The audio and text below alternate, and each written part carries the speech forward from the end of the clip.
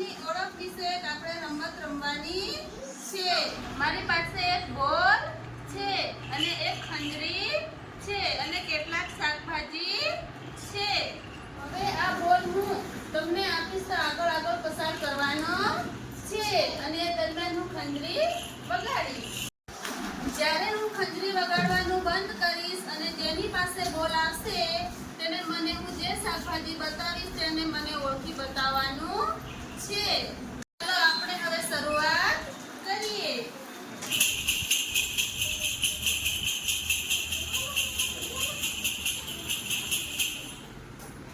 નિહારિકાના હાથમાં બોલ રહી ગયો છે તો ચાલ નિહારિકા ઊભી થા.